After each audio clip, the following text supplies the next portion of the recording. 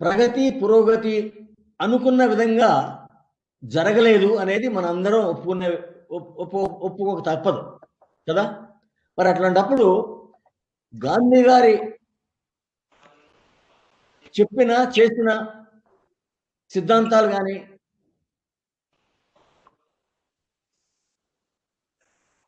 ఆలోచనలు కానీ మనం ఎంతవరకు పాటించామో అవి పాటించకపోతే ఎందుకు పాటించలేదు అనేది కొద్దిగా ఆలోచించాల్సిన విషయం. అలాగే మొన్న మా మిత్రుడు రమేష్ అని ఆయన ఒక అద్భుతమైనటువంటి సినిమా తీశాడు. దాని పేరు ఏంటంటే మహాత్మా.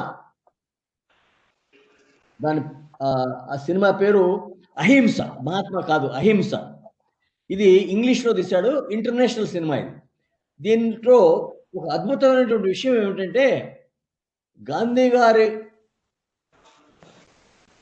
ఏ విధమైనటువంటి మార్పు, ఆలోచనలో మార్పు తీసుకొచ్చాడో వేరు వేరు దేశాల్లో, ఇండియాలోనే కాదు ఇతర దేశాల్లో, అమెరికాలో మార్టిన్ లూథర్ కింగ్ దగ్గర నుంచి ఇంకా వేరు వేరు దేశాల్లో ఏ విధంగా గాంధీ గారిని స్ఫూర్తి తీసుకుని ఏ విధమైనటువంటి ఆందోళన సమకూర్చుకున్నారు చెందటానికి ఆ దేశాల్లో అనేది అద్భుతంగా తీశాడు ఆయన. అంతకు ముందు 40 సంవత్సరాల కిందట అటెంబెర్గ్ గారు, మీరంతా చూసుంటారు, గాంధీ అని ఒక ఫిల్మ్ తీశాడు ఆయన.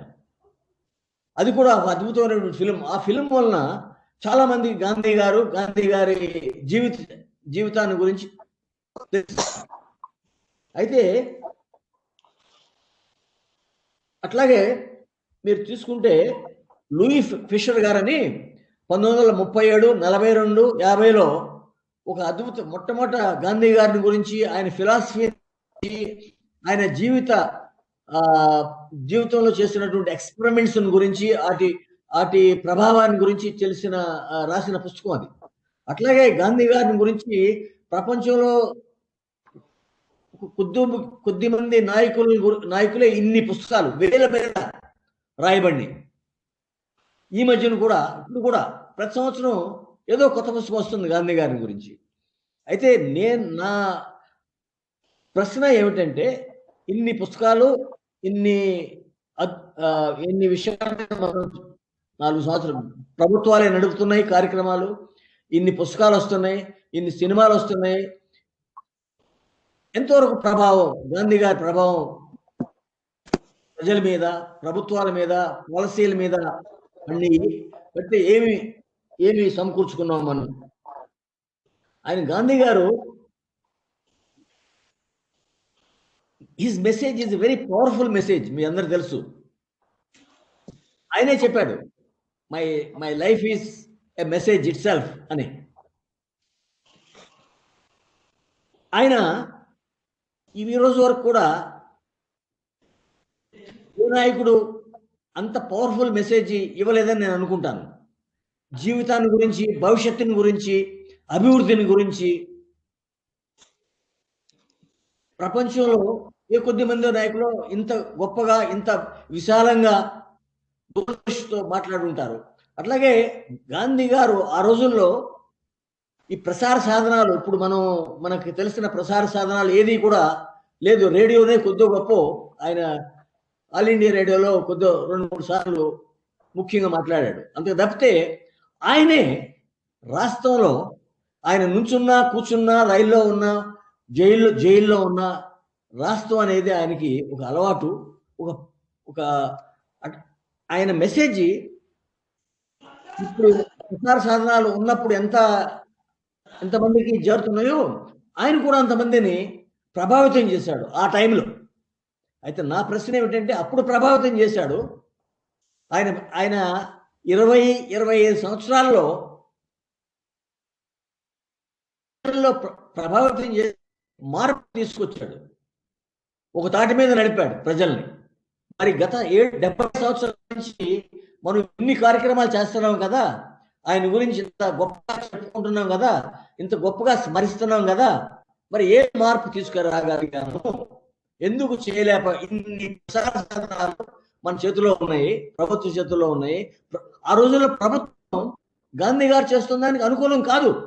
మరి ఈరోజు గాంధీ గారి గురించి చెప్పేవాళ్ళలో ఎక్కువ మంది ప్రభుత్వంలో ఉన్నవాళ్ళు, రాజకీయ నాయకులు, మరి అన్ని ప్రసార సాధనాలు. అయినా కానీ మనం ఎందుకు మార్పు తీసుకురాలేకపోయాము అనేటువంటిది ఒక అంశంగా మనం భావించాల్సి ఉంటుంది ఈ రోజున.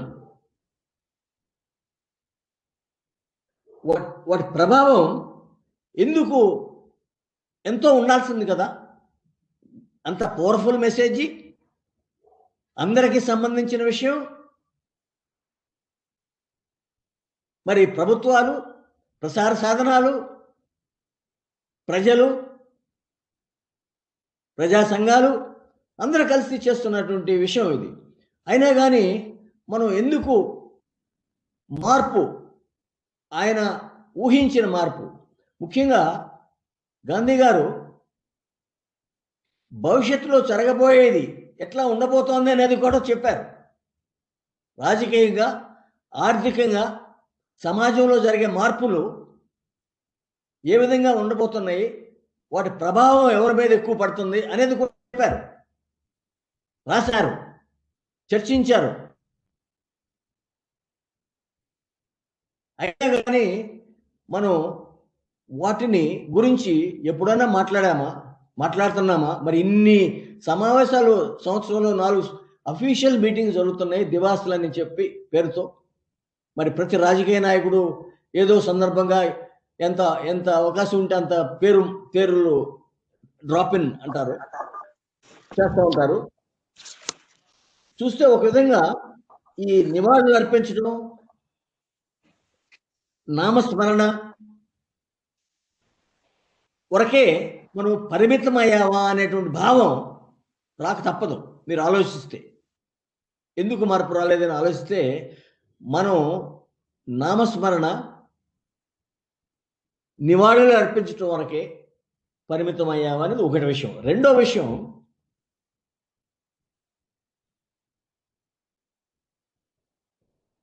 మానవతా విలువలు, మంచి చెడులు,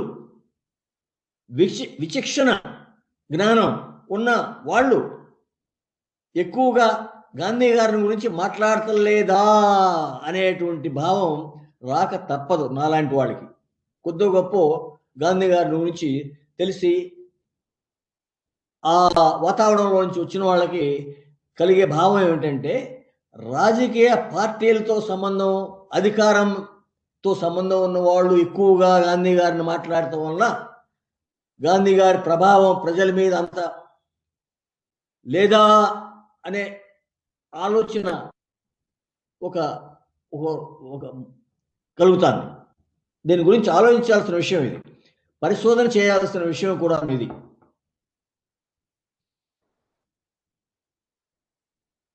ముఖ్యంగా ఎక్కడ ఏ విషయంలో మనం గాంధీ గారి ప్రభావం పడకపోవటానికి, లేకపోతే మనం చూడలేకపోవడానికి కారణం ఏంటంటే, ముఖ్యంగా గాంధీ గారు ఆయన చెప్పినట్టే my life is my message అన్నట్టుగా జీవన విధానం, గాంధీ గారి జీవన విధానాన్ని గురించి మనం ఊరినే ఏదో ఆయన జీవిత చరిత్రను చరిత్ర రూపంలో తెలుసుకుంటున్నాం, కానీ దాన్ని ఆచరణ, అనుకూలత ప్రస్తుత ప్రపంచం, ప్రస్తుత సందర్భంలో ఆయనది మెసేజే కాదు, ఆయనది ఒక model. What he suggested, his message was an economic model by it self. సాంఘిక సమాజంలో మార్పులు, విప్లవాత్మక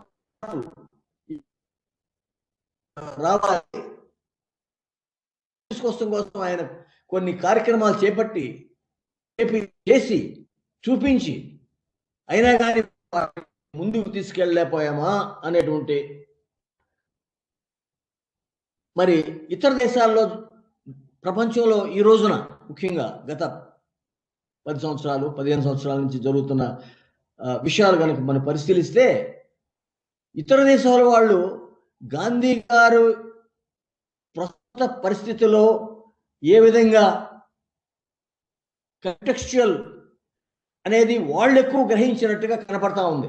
మన దేశంలో మనం కన్నా మన నాయకత్వం కానివ్వండి, లేకపోతే మన ప్రజలు కానివ్వండి, ఈ కొత్త ప్రపంచం ఏంటంటే ఆర్థిక మార్కెట్లు డిక్టేట్ చేసే సమాజంలో, ఎకానమీని డిక్టేట్ చేసే సమాజంలో, కాంపిటేటివ్ సమాజంలో ఆయన ఎంతవరకు కంటెక్స్ట్ అనేది మనం ఆలోచించాల్సిన విషయం. మనం ఎంతవరకు మోర్ ఆఫ్ ది సేమ్ అంటే గాంధీ గారిని ఎంత ఎక్కువ స్మరిస్తే, ఎన్నిసార్లు పేరు చెప్తే అంత లీడర్ అవుతున్నారా అనే దృష్టిలో ఉన్నాం. కానీ ఆయన ప్రపోజ్ చేసినటువంటి కార్యక్రమాలు ఎంతవరకు తీసుకెళ్తున్నామో అది ఆలోచించలేదు. నేను ఇందాక చెప్పినట్టుగా 25 సంవత్సరాల్లో గాంధీ గారు దేశంలో ఒక అద్భుతమైనటువంటి మార్పు తీసుకొచ్చాడు. దేశంలో ప్రతి ఒక్కరు, వాళ్ళు ఏ రంగంలో ఉన్న వాళ్ళైనా, ఏ కుల మత సంబంధం లేకుండా, ఆర్థిక స్తోమతలకు సంబంధం లేకుండా అందరిలోనూ మార్పు తీసుకొచ్చాడు. మరి మనం ఆలోచనలో మార్పు తీసుకొచ్చామా అనేది నా ప్రశ్న.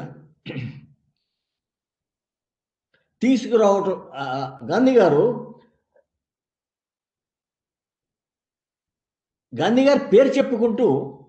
పేరు అదే పనిగా చెప్పుకుంటూ ఎంతోమంది దేశాన్ని వెనక్కి నెట్టేశారా అనేటువంటి భయం కూడా నాకు కలుగుతా ఉందండి. దయచేసి దీని గురించి మనం ఆలోచించాల్సిన విషయం ఇది ఇప్పుడు సాంబశివరావు గారు ఈ సబ్జెక్ట్ మీద మాట్లాడినప్పుడు నాకు కొన్ని ఇట్లాంటి ఆలోచనలు వచ్చినప్పుడు కొద్దిగా భయం వేస్తుంది. దీని గురించి ముందు నేను కొద్దిగా పరిశోధన చేయాలనేటువంటి భావానికి వచ్చాను. అయితే ముఖ్యంగా చెప్పదలుచుకుంది ఏంటంటే, సింపుల్ లివింగ్ నుంచి మనం కాంప్లెక్స్ లివింగ్లోకి వచ్చేసాం. అట్లాగే గాంధీ గారు చెప్పిన మినిమలిస్టిక్ అంటే ఎంత తక్కువతో జీవితాన్ని గడపాలి అనేటువంటి దాని నుంచి ఈ కన్సూమరిస్టిక్ మోడల్ వచ్చేసిన తర్వాత మనం ఈ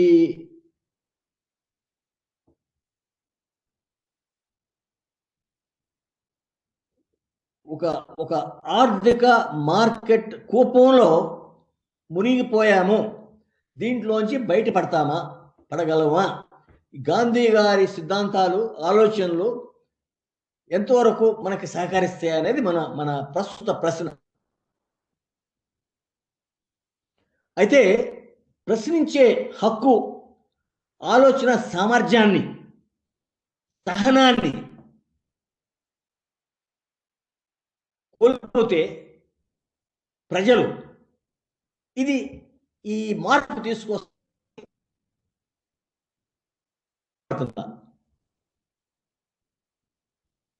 ప్రశ్నించకుండా మార్పు వస్తుందా? గాంధీ గారు అనేక సార్లు చెప్పారు, ప్రశ్నించండి అని.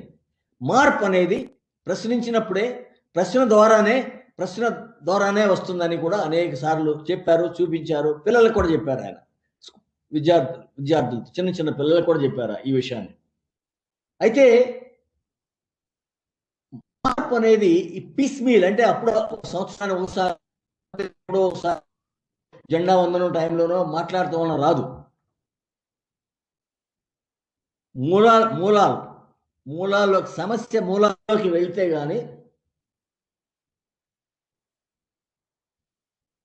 దానికి మార్గం మనకి కనపడదు. గాంధీ గారు చేసింది అదే. గాంధీ గారిలో గొప్ప విశేషత ఏమిటంటే, మనం చాలా మంది కొద్దిగా ఫారినర్స్ ఎక్కువ రాశారు ఈ విషయాన్ని గురించి. అయితే ఏమిటంటే, ఆయన ప్రవేశపెట్టిన ఆలోచనలు వెనక ఉన్నటువంటి నిగూఢ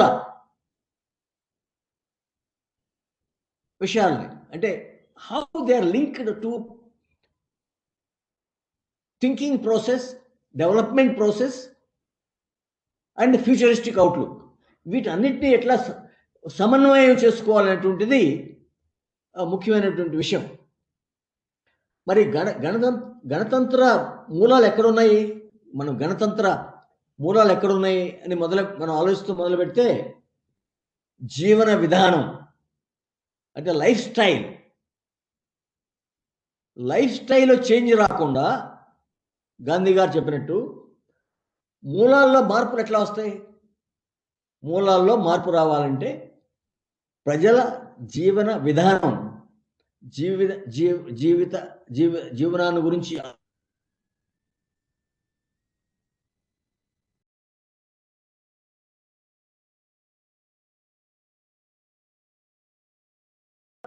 వరకు చెప్పగలుగుతున్నాము. అయితే రాజకీయవేత్తలు వీటి జోలికి వెళ్ళినట్టుగా మనకి లేవనే చెప్పాలి. ఈ రాజకీయాలు ప్రాతినిధ్యానికి ప్రాధాన్యం ఇవ్వకపోతే ఈ మూలాల విషయంలోకి వస్తే ముఖ్యమైన విషయం ఏమిటంటే ప్రజలకి ప్రాతినిధ్యం గురించి ఎంత సీరియస్గా తీసుకున్నాము, దాని గురించి ఏమి చేశాము, ఏమి మార్పులు తీసుకొచ్చాము అనేది ఆలోచించాల్సిన విషయం. గాంధీ గారు జీవన విధానంలో మార్పు రాకుండా సమాజంలో మార్పులు సంభవమా?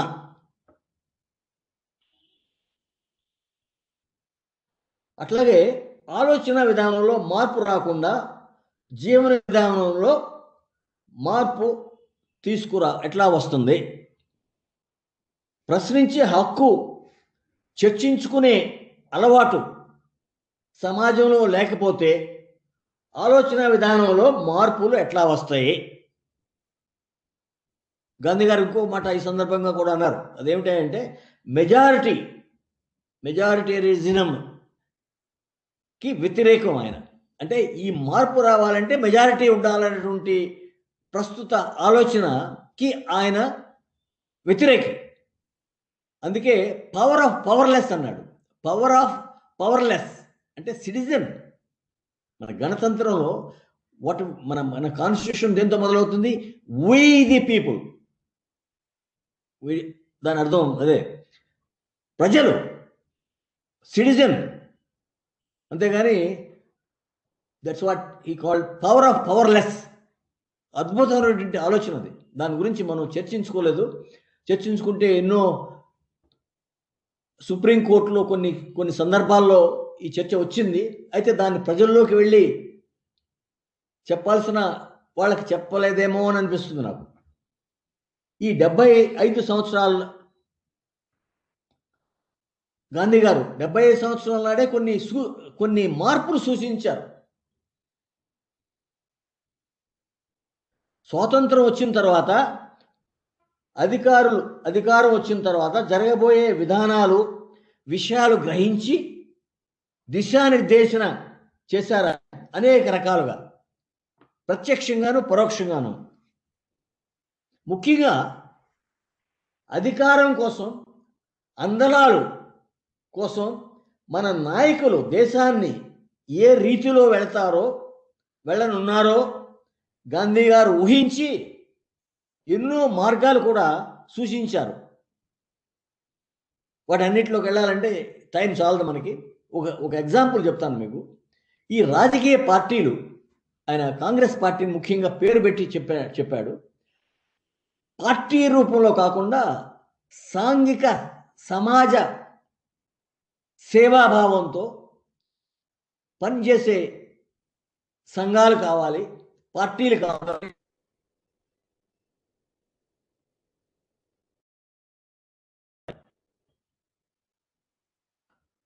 చూస్తే నా ఉద్దేశం ఈ విషయాల భవిష్యత్తును గురించి, స్వాతంత్రం వచ్చిన తర్వాత జరగబోయే విషయాల గురించి గాంధీ గారు చెప్పిన సూత్రాలే కాదు, అవి ప్రస్తుతం మనకి ఒక మార్గం. గాంధీ మార్గం అంటే అదే. మరి గాంధీ మార్గం అని కూడా మనం అప్పుడప్పుడు మాట్లాడుకుంటాం. గాంధీ మార్గం అంటే ఏమిటి? గాంధీ మార్గం అంటే గాంధీ గారు చెప్పినటువంటి ఆలోచనలో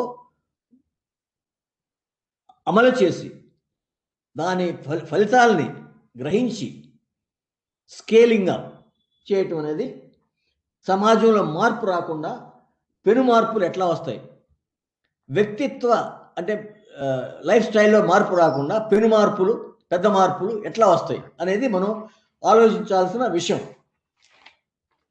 అయితే ఇక్కడ ముఖ్యమైనటువంటి విషయం ఏంటంటే గాంధీ గారికి సంబంధించింది మనం చాలా తక్కువ మాట్లాడుకుంటాం ఈ విషయాన్ని గురించి. విలువ లేని సమాజం పరిస్థితిని గురించి గాంధీ గారు ఎప్పుడో చెప్పారు, ఎన్నోసార్లు చెప్పారు. ఆయన ఎన్నో రకాలుగా చెప్పారు. గాంధీ గారి కన్నా ప్రపంచంలో ఏ ప్రముఖ వ్యక్తి కూడా విలువలను గురించి, సమాజంలోనూ వ్యక్తిత్వంలోనూ విలువలను గురించి ఎవరూ చెప్పల. ఆయన చెప్పిన విధంగా నిరూపించి చెప్పాడు. ఆయన మంచి చెడుల గురించి ఆలోచించి విచక్షణతో భవిష్యత్తు బాట ఎట్లా వేయాలో గాంధీ గారు చెప్పారు, చూపించారు. మరి అది తెలియకుండా, విలువంటే ఏమిటో తెలియకపోతే విలువలేని సమాజం అంటే ఎట్లా తెలుసుకుంటాం, ఎట్లా తెలుసుకోగలదు? డిస్క్రిషనరీ పవర్ ఇన్ చిల్డ్రన్, ముఖ్యంగా చిల్డ్రన్ అండ్ యూత్. సరే, రాజకీయవేత్తల్లో మనం ఇంకా పెద్దగా ఆశించలేమేమో అనిపిస్తుంది.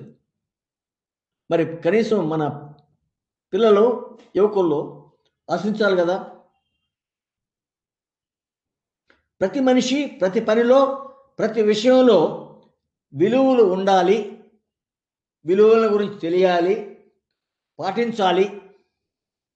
గాంధీ గారి ఉద్దేశం. ఆలోచన విధానంలోంచి విలువలు వస్తాయి. ఆలోచన విధానంలో సరిగ్గా లేకపోతే విలువలు ఎక్కడి నుంచి వస్తాయి? ఈ విషయాన్ని మర్చిపోయామా అనిపిస్తుంది నాకు.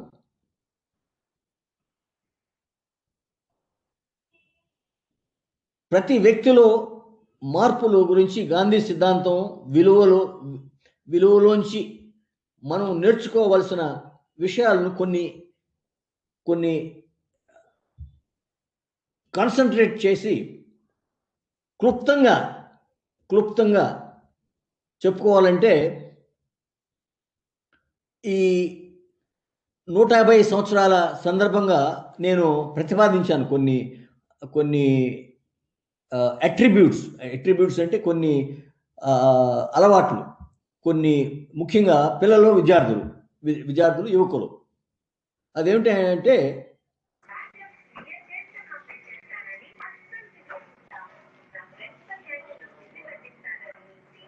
Time discipline. ప్రజల్లో టైం డిసిప్లిన్ లేకపోతే గాంధీ గారు చెప్పిన ముఖ్యమైనటువంటి ఆయన జీవిత విధానంలో, లైఫ్ స్టైల్లో ఒక ముఖ్యమైనటువంటిది ఏమిటంటే మనం గ్రహించలేదేమో అనిపించేది టైం డిసిప్లిన్. ఆయన 24 గంటల్లో 48 గంటల్లో పని చేసేవాడు అనేక రకాలుగా. ఎట్లా చేశాడు? అది డిసిప్లిన్ ఎట్లా ఆయన్ని మహాత్మాని ఎట్లా అయ్యాడు? గాంధీ గారు మహాత్మా అవటానికి ఏ అట్రిబ్యూట్స్, ఏ క్వాలిటీస్, ఏ ఆలోచనలు, ఏ అలవాట్లు ఆయనకి సహకరించినాయి అని ఆలోచిస్తూ మొదలుపెడితే ముఖ్యమైనటువంటి ఫస్ట్ది time discipline. 2, differentiating need and greed. ఇది చాలా ముఖ్యమైనటువంటి విషయం గాంధీ గారిని గురించి చెప్పుకోవాల్సి వచ్చినప్పుడు. అఫ్కోర్స్ గ్రీడ్ అండ్ నీడ్ అనేది ఎవరికి వాళ్ళు వ్యక్తులు ఇండివిజువల్గా డిసైడ్ చేసుకోవాల్సిన విషయం, అంతేగాని బయట వాళ్ళు ఎవరో చెప్పే విషయం కాదు. గ్రీడ్ ఏమిటి, నీడ్ ఏమిటి అనేది, ఈ రెండింటికి మధ్యన తేడాని ఎవరికి వాళ్ళు వాళ్ళ పరిధిలో నిర్ణయించుకోవాల్సినటువంటి విషయం. 3, respect the nature, the 5 elements of nature. Gandhi గారు పదే పదే చెప్పడమే కాకుండా చేసి చూపించాడు.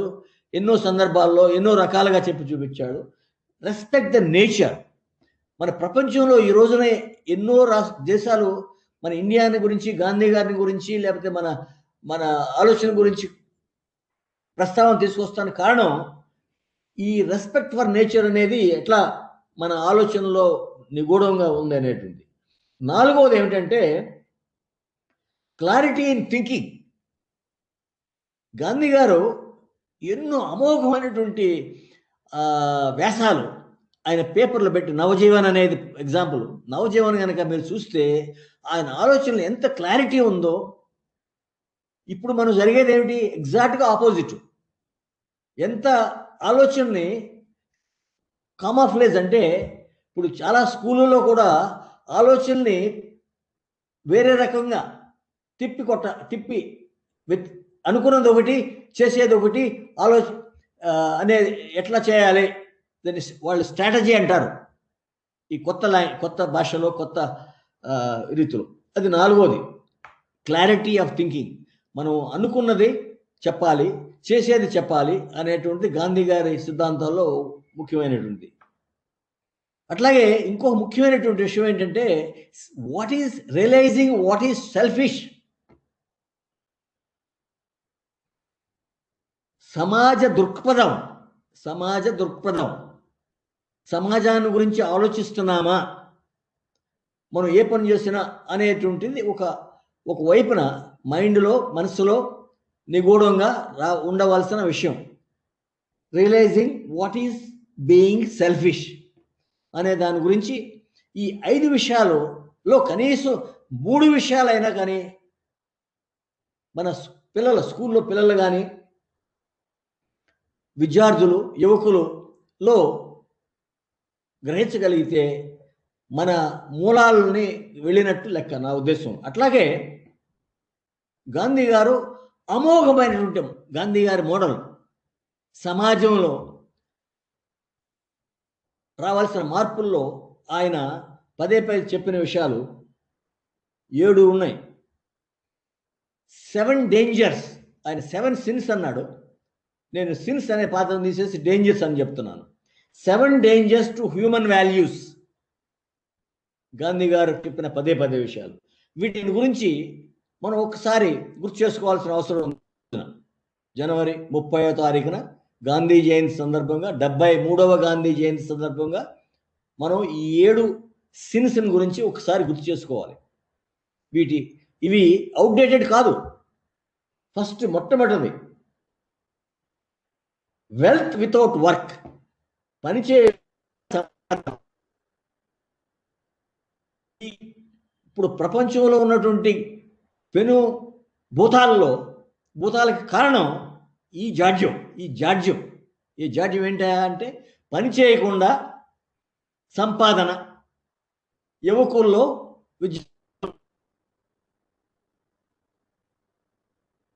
నాటుకుపోయిందా అనిపిస్తుంది అప్పుడప్పుడు. 2 ప్లెజర్ వితౌట్ కాన్షియస్. అంటే హృదయ స్పందన లేకుండా వినోదం అనుభవించటం, జీవితాన్ని అనుభవించటం. ఇది ఒక జాడ్యం. ఇదే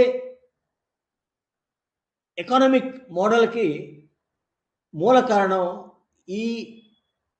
ఇది pleasure without conscience. 3 science without humanity. మానవతా విలువలు లేని పరిశోధన. సైన్స్ ఉపయోగం ఏమిటి అనేది ఆయన ప్రశ్న, గాంధీ గారి ప్రశ్న. Science without humanity. విలువలు లేని, మానవతావాదం లేని సైన్స్ ఉపయోగం ఏమిటి? అట్లాగే నాలెడ్జ్ వితౌట్ క్యారెక్టర్.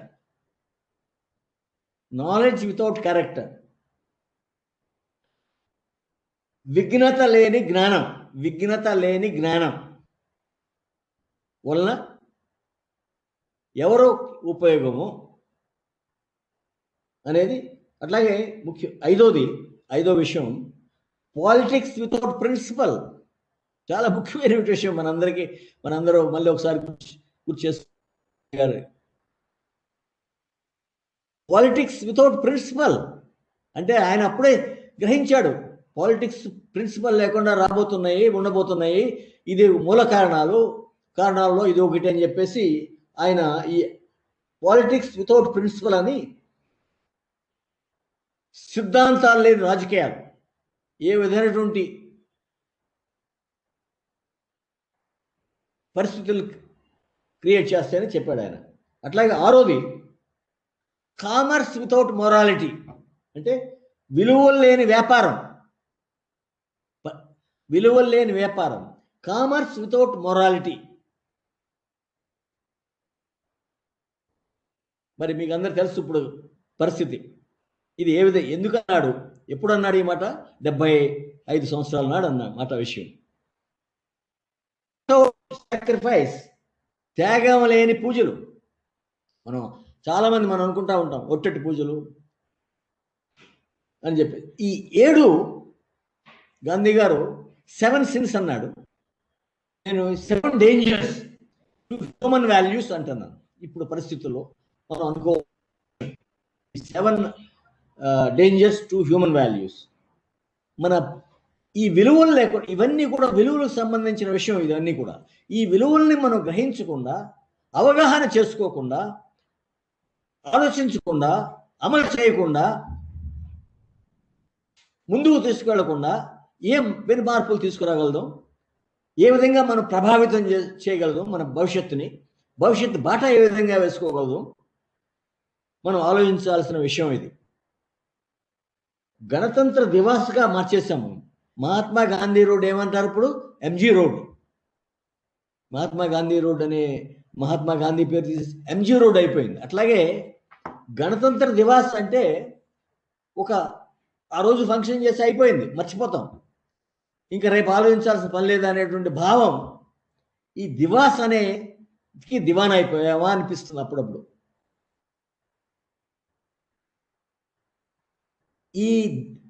నేను ఇందాక చెప్పాను, సంవత్సరంలో కనీసం 3, 4, 5 సార్లు ప్రభుత్వాల ద్వారా కొన్ని కార్యక్రమాలు గాంధీ గారి పేరు, కాన్స్టిట్యూషన్ పేరుగాను, రకరకాలుగానే పేర్లతో గాంధీ గారిని స్మరించుకుంటాం, నామజపం చేస్తున్నాము. అయితే దీనివలన ఏమైనా మార్పులు వచ్చాయా? రాకపోగా మనం ఒక లోతైనటువంటి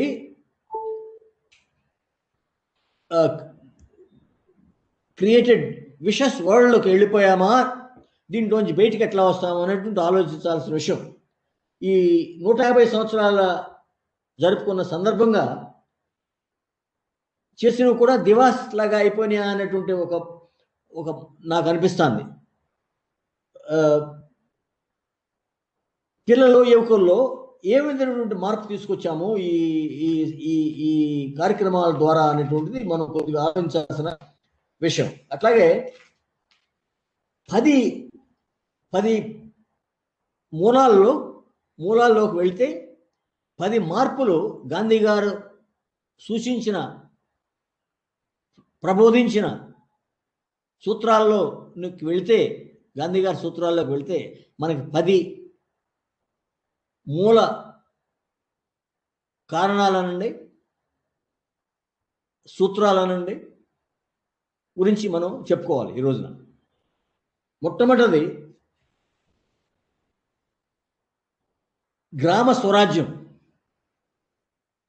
నేను ఇందాక చెప్పినట్టు మన కాన్స్టిట్యూషన్ ఏమంటా, we the people, the republic అని మన కాన్స్టిట్యూషన్ మేకర్స్ హ్యావ్ గ్రామ స్వరాజ్యానికి మూలం, గ్రామ స్వరాజ్యానికి మూలం. గ్రామ స్వరాజ్యాన్ని గురించి గాంధీ గారు ఎన్నో రకాలుగా, ఎన్నో చోట్ల కొన్ని సంవత్సరాల తరబడి రాశారు, చెప్పారు, దాని గురించి విపులంగా ప్రజలకు తెలియజేశారు. అయినా కానీ ఈ రోజున రిపబ్లిక్ అంటే భావం, దానికి ఆయన చెప్పిన దానికి ఆపోజిట్ ని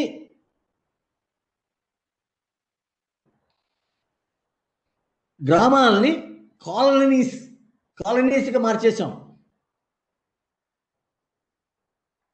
గ్రామాల్లో ప్రజల్ని ఒక లాగా మార్చేసాం. గ్రామ స్వరాజ్యాన్ని బదులు.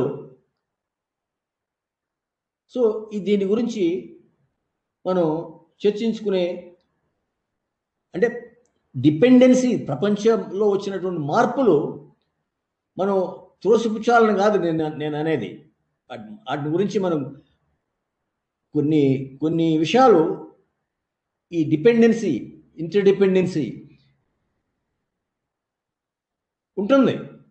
అయితే ఉన్న దాంట్లో నుంచి ఈ గ్రామ స్వరాజ్యం అనేటువంటి ప్రిన్సిపల్ని ఎట్లా మనం అదుపులో పెట్టుకోవాలి, మర్చిపోకూడదు అనేది నా. దీంట్లో ఒక రకంగా ఒక మిత్రుడు అన్నాడు, మనం తెల్లదొరల కన్నా కూడా తెలియగల వాళ్ళము, ప్రజల్ని విభజించటంలో అది ఎంతవరకు నిజమనేటువంటిది మనం ఒక గ్రహించాల్సిన విషయం అది. పోతే రెండో విషయం ఏంటంటే, గాంధీ గారు పదే పదే చెప్పిన విషయాల్లో వికేంద్రీకరణ. అంటే ఎంత వికేంద్రీకరణ అంటే డీసెంట్రలైజ్డ్ జరిగితే ప్రజలకి అంత మేలు జరుగుతుంది, దేశానికి అంత మేలు జరుగుతుంది అనేటువంటిది ఆయన ఉద్దేశం. అయితే ఇప్పుడు జరిగేది ఏమిటి? సెంట్రలైజేషన్. ప్రతి విషయంలోనూ కూడా సెంట్రలైజేషనే. దీని గురించి చాలా మాట్లాడచ్చు. లోకల్ ఓకల్ అని ఒక నాయకుడు లోకల్ ఓకల్ అంటాడు, అయితే చేసేది ఏమిటి? Just opposite. దాని గురించి ఎక్కువ మాట్లాడదలుచుకోలేదు, రాజకీయాల్లోకి వెళ్ళినట్టుగా ఉంటుంది. రాజకీయాలు వెళ్తున్న నా ఉద్దేశం కాదు. అయితే మన తప్పు దోవలోకి ఎట్లా వెళ్తున్నామో అని చెప్పడం కోసం ఈ ఎగ్జాంపుల్ చెప్పాను. ఈ వికేంద్రీకరణ అనేది రెండో జాడ్యం. మూడోది, మన రాజ్యాంగం వీ ది పీపుల్ అనే దాంతో మొదలవుతుందని చెప్పాను కదా. అంటే ప్రజలే నిర్ణేతలు, ప్రజల ద్వారానే, ప్రజల కోసమే ప్రభుత్వాలు, ఎన్నికలు అనే సిద్ధాంతం ఈ రిపబ్లిక్ అనే వీ ది పీపుల్ అనే ఆలోచన. మరి మనం ఎంతవరకు వీటిని పరిధిలో తీసుకుంటున్నాము అని ఆలోచించాల్సిన విషయం ఇది. ఈ 70 సంవత్సరాల్లో గాంధీ గారు చెప్పిన మాటల్ని పెడచెవిన పెట్టిన కారణంగా పార్టీల పెత్తనం, ఇది వీ ది పీపుల్ అనేది మర్చిపోయి వీ ది పొలిటికల్ పార్టీస్ అయిపోయాయి. మన దేశాన్ని వీ ది పార్టీస్గా మార్చేశారు. అయితే ఒక విషయం చాలామందికి తెలియనట్టుగా నటిస్తారు. అదేమిటంటే అసలు కాన్స్టిట్యూషన్లో పొలిటికల్ పార్టీని గురించి ప్రస్తావనే లేదు. కాన్స్టిట్యూషన్లో ప్రస్తావనే లేదు. ఒక ఒక నియమావళి లేదు. అయినా కానీ పార్టీలు పెత్తందారులు అయిపోయి దేశాన్ని పరిపాలించేది ప్రతి విషయంలోనూ, ప్రతి సందర్భంగానూ రాజకీయమయం చేసేశారు. అకౌంటబిలిటీ లేకుండా, రెస్పాన్సిబిలిటీ లీగల్గా లేకుండా. ఈ విషయాన్ని గురించి మనం ఎప్పుడైనా చర్చించామా? ఆలోచించండి.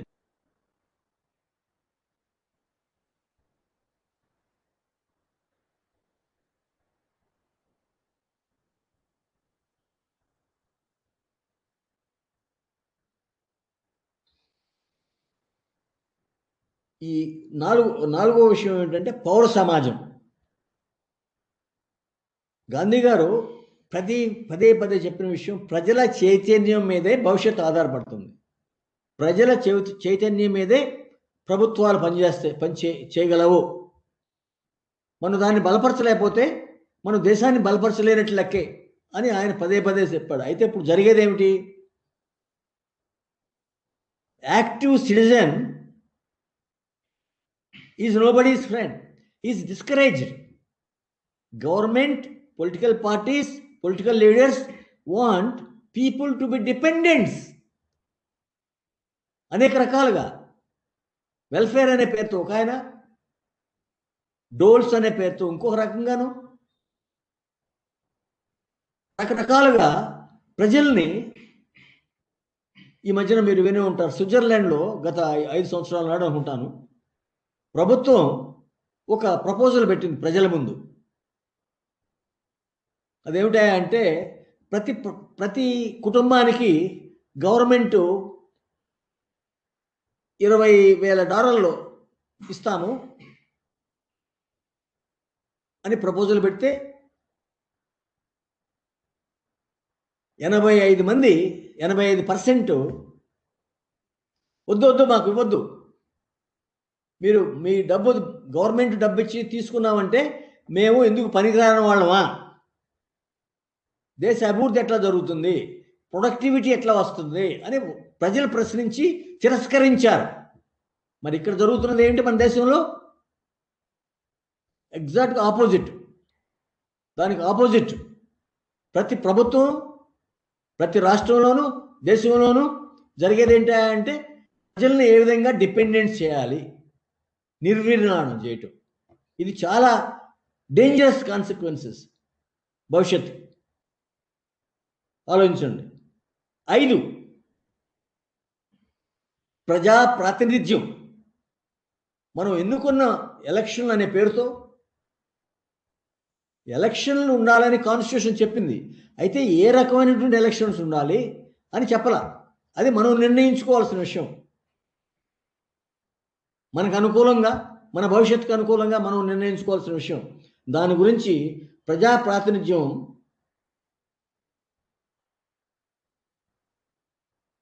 అది సందేహంలో ఉంది. ఇప్పుడు మీరు చూసే ఉంటారు, మీరు అందరికీ తెలుసు, నాకన్నా ఎక్కువ తెలుసు మీకు. అదేమిటా అంటే చాలా చోట్ల ప్రతి రాష్ట్రంలోనూ ఎమ్మెల్యేలు కానివ్వండి, ఎంపీస్ కానివ్వండి, మెంబర్ ఆఫ్ పార్లమెంట్లు కానివ్వండి, లేకపోతే ఇతర ఎలక్టెడ్ రిప్రజెంటేటివ్స్, ఎంతవరకు రిప్రజెంటేటివ్స్ వాళ్ళు బయటి వాళ్ళు, వాళ్ళ వ్యాపారాలు వేరు, ప్రజలతో ఎంతవరకు సాంగత్యం ఉంది, అవగాహన ఉంది. 4,000 ఎన్నుకోబడిన 4,000 ప్రాతినిధ్యుల మీద కేసులు, రకరకాలైనటువంటి కేసులు, క్రిమినల్ కేసులు, కరప్షన్ కేసులు, అన్ని రకాలైనటువంటిది, మర్డర్ కేసెస్ 10 సంవత్సరాల పైనగా నడుస్తున్నాయి. అయినా వాటికి అంతు లేదు. చెప్పబోయేది ఏంటంటే ప్రజా ప్రాతినిధ్యంలో ఒక చిన్న మూల కారణం మన అభివృద్ధికి కుంటుపడటానికి, అనుకున్నంతగా జరగపోవటానికి. ఇది గాంధీ గారు ముందే ఊహించారు ఇట్లా జరగబోతోందని. ఆయన పార్టీలెస్ గవర్నమెంట్ అన్నాడు. పార్టీలెస్ గవర్నమెంట్ అని ఒక నినాదం ఇచ్చాడు. ఇచ్చిన దాని మీద గుజరాత్ చీఫ్ మినిస్టర్ ఆయన తర్వాత మెహతా గారు కమిటీ వేసి, ఆ కమిటీ కూడా ఎంతోమందితో చర్చించి చెప్పింది, మనం స్థానిక సంస్థల ఎన్నికలు పార్టీల ద్వారా జరగకూడదు అనేది. ఈ సింబల్ దాంట్లో పడిపోయాం మనం. ఈ సింబల్ దే ఒక ఈ దేశాన్ని ఒక సైడ్ ట్రాక్ చేస్తాను కార్యక్రమాలు అయిపోయింది. ఈ ప్రజా ప్రాతినిధ్యాన్ని గురించి మనం మార్పులు తీసుకురాకపోతే మన దేశ భవిష్యత్తుని గురించి ఏమి గాంధీ గారు చెప్పిన విషయాల్లో ఇది ఒక 5వది. అట్లాగే 6వ విషయం చెక్స్ అండ్ బ్యాలెన్స్. ఇది ఒక అద్భుతమైనటువంటి కాన్సెప్ట్.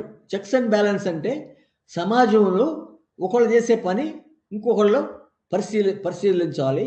అది సందర్భంగా ఉందా లేదా, విలువలు ఉన్నాయా లేదా, 10 మందికి పనికొస్తుందా లేదా అనేటువంటిది జ్యుడిషియరీ చేస్తే దాని లెజిస్లేటివ్ చేస్తే దాని జ్యుడిషియరీ. ఇవి కాకుండా అట్లాగే. అయితే నేను చెప్పేది ఏంటంటే గాంధీ గారు కూడా దీని విషయం మీద ఆయన ముందే గ్రహించాడు విషయాన్ని. ఏమని చెప్పాడు అంటే 3 స్తంభాల ఆట కాదు కావాల్సింది. 3 స్తంభాలు ఏమిటి అంటే న్యాయ వ్యవస్థ, ద జ్యుడిషియరీ, అట్లాగే బ్యూరోక్రసీ, 4వది ఈ శాసనసభలు, చట్టాలు చేసే సభలు, అసెంబ్లీస్ కానీ పార్లమెంట్ కానివ్వండి. ఈ 3 కాకుండా మనం ఆల్రెడీ మీడియాని ఫోర్త్ ఎస్టేట్ అని ఎప్పటి నుంచో ఎన్నో శతాబ్దాల పూర్వం నుంచి అనుకుంటున్నాము మీడియాని గురించి. మరి మనం మర్చిపోయింది ఏంటంటే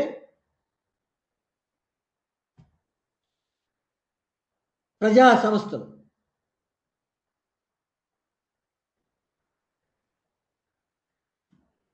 సమన్వయం ఉండాలి కానీ ఆధిపత్యం కాదు. ముఖ్యం దీంట్లో గమనించాల్సింది ఏమిటంటే చెప్పింది ఆధిపత్యం కన్నా కూడా సమన్వయం ముఖ్యం. సమన్వయం, ఆధిపత్యం కాదు. అయితే మనం ఆధిపత్యంలో పడిపోయాం. ఈ ట్రాప్లో, ఈ 3 స్తంభాల ఆటలో కాకుండా నేను ఎప్పటి నుంచో చెప్తున్న విషయం ఏంటంటే, దీని గురించి నేను చాలా రాశాను, చెప్తున్నాను ఎప్పటి నుంచో. 6 స్తంభాలు ఉంటేనే మన ఫౌండేషను, మన రిపబ్లిక్ ఫౌండేషను స్ట్రాంగ్గా ఉండాలంటే ఈ 3తో పాటు ప్రజా సంఘాలు, అట్లాగే పార్టీలు కూడా. నిందా చెప్పాను, పార్టీలు మన కాన్స్టిట్యూషన్లో లేదు, పార్టీల గురించి ప్రస్తావన లేదు, మన లెజిస్లేషన్ లేదు, లేదు.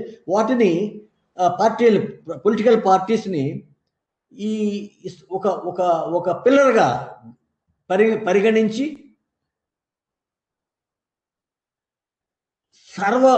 ఇప్పుడు పార్టీలు ఏమనుకుంటున్నాయి, సార్వభౌములు అంటే అన్నిటి మీద మనం అధికారం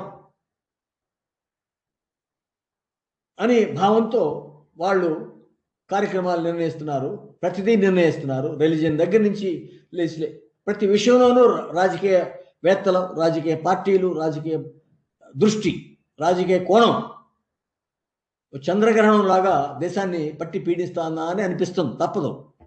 దీని గురించి గాంధీ గారు ముందే వార్న్ చేశారు, కొన్ని సలహాలు ఇచ్చాడు ఆయన. వాటిలోకి వెళ్ళదలుచుకోలేదు నేను ఇప్పుడు. ఈ 6 పిల్లర్స్, 3 పిల్లర్స్ అనే బదులు 6 పిల్లర్స్ అనేది గాంధీ గారు సూచించాడు. 7వ విషయం, ఈ సామాజిక సంస్థలు. మనం ఏం చేసాం, ఈ సామాజిక సంస్థలని ఎన్జిఓ అంటే మొదలుపెట్టాం. ఇది ఒక ఎన్జిఓ అనేది ఇతర దేశాల వాళ్ళు మన దేశానికి వచ్చి మనల్ని ఏ విధంగా ఈ సాంఘిక సంస్థల్ని నిర్వీర్మాణం చేయటం కోసం ఏదో కొత్త భాష పెట్టి వాళ్ళని డిపెండెంట్ చేశారు. పౌరుల్ని ప్రభుత్వాలు, రాజకీయవేత్తలేమో ప్రజల్ని డిపెండెంట్ చేశారు. అట్లాగే foreign powers or foreign agencies ఈ సాంఘిక సంస్థల్ని డిపెండెంట్స్ చేసేసింది. మనం ముఖ్యంగా గాంధీ గారి టైంలో మీరు బీహార్లో చూడండి, ప్రతి రాష్ట్రంలోనూ మనం ఎంతో కోఆపరేటివ్ మూమెంట్ దగ్గర నుంచి ప్రజా సంస్థలు ఎంత గొప్ప సేవలు. మీరు గాంధీ గారు ఆధ్వర్యంలో బీహార్లో వరదలు వస్తే ఆ వరదలు చేసింది గవర్నమెంట్ కాదు, ప్రజలు, ప్రజా సంస్థలు. ఇవన్నీ కూడా ఎంజీ రోడ్డు ఎట్లా అయిపోయిందో, మహాత్మా గాంధీ రోడ్డు, ఈ సామాజిక సంస్థలు కూడా అట్లాగే అయిపోయినాయి. 8వది గాంధీ గారి పెట్ సబ్జెక్ట్ ఇది, విద్యా విధానం. స్వార్థం, సంకుచిత ఆలోచనలు, అసమానతకి కారణం విద్యా విధానం అని ఆయన ఎప్పుడో చెప్పాడు. ఆయన ఎన్నో సూచనలు చేశాడు. ఆ సూచనల మేరకు కొన్ని రాష్ట్రాల్లో, కొన్ని చోట్ల కొన్ని కొత్త ప్రయోగాలు మనం చేసుకున్నాము.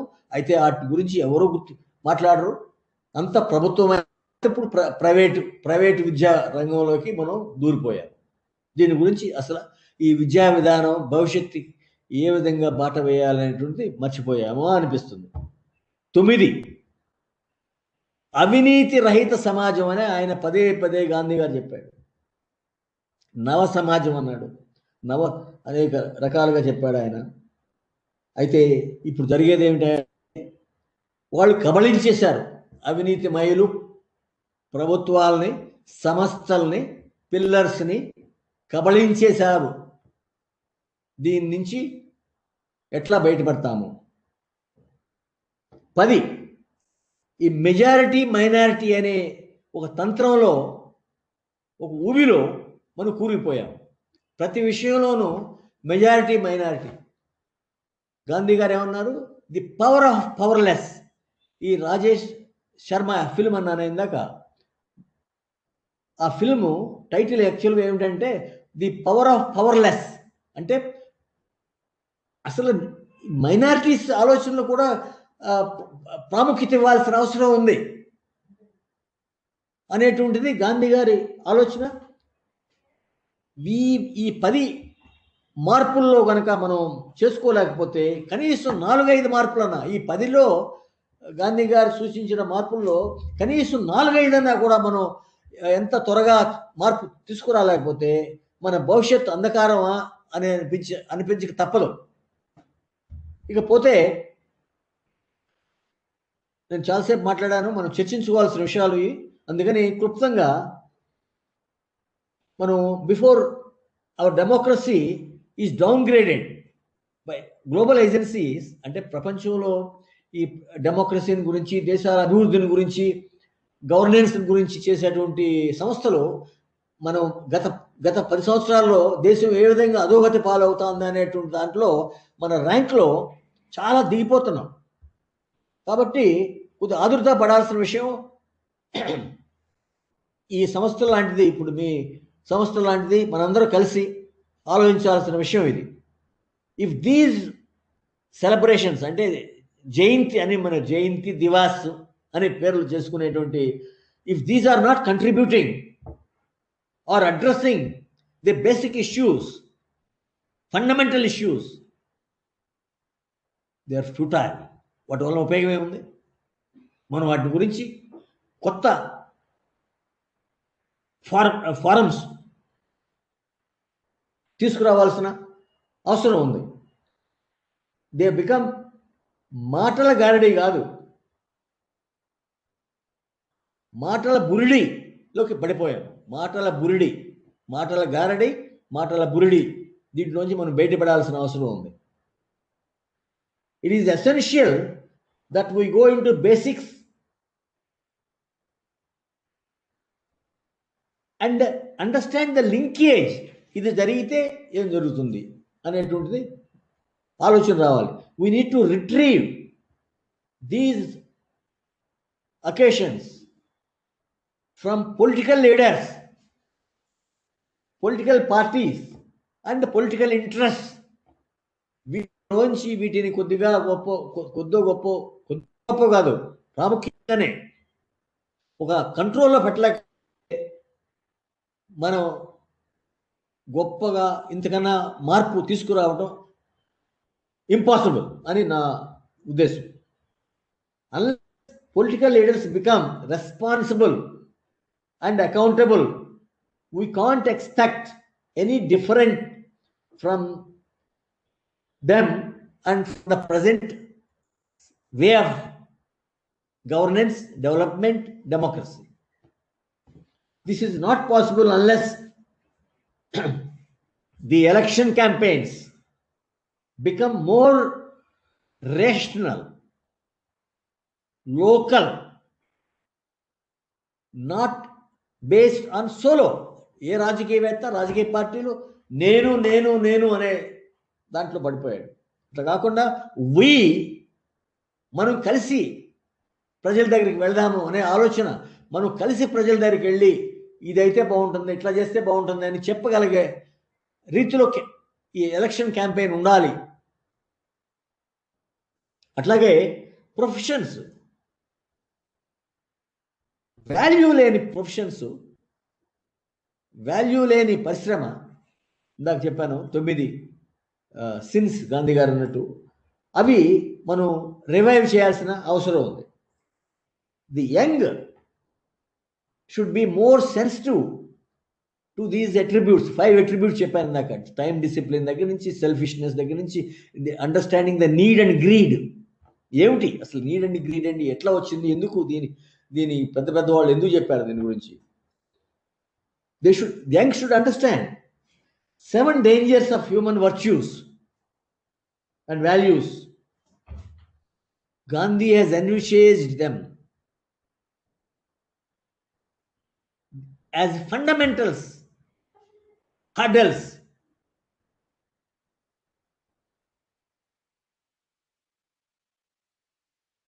These are the ones to be engaged today again and again.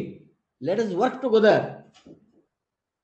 Show we can bring back the glory of Gandhi with human values and a better future that we can build ourselves. Thank you.